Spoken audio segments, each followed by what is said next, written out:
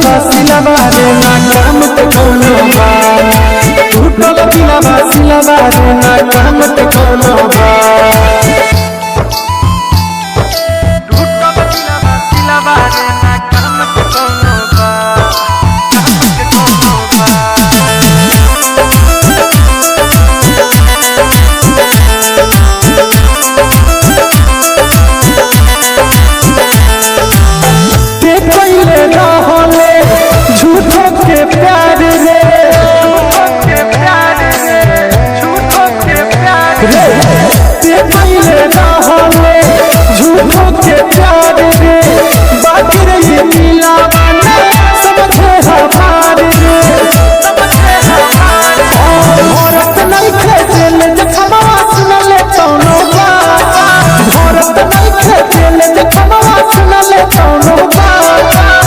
सिलवा रे ना काम ते कोनो बा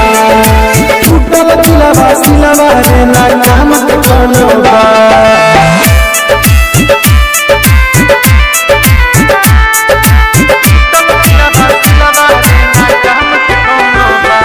म्यूजिक बाय रुपेश गुप्ता।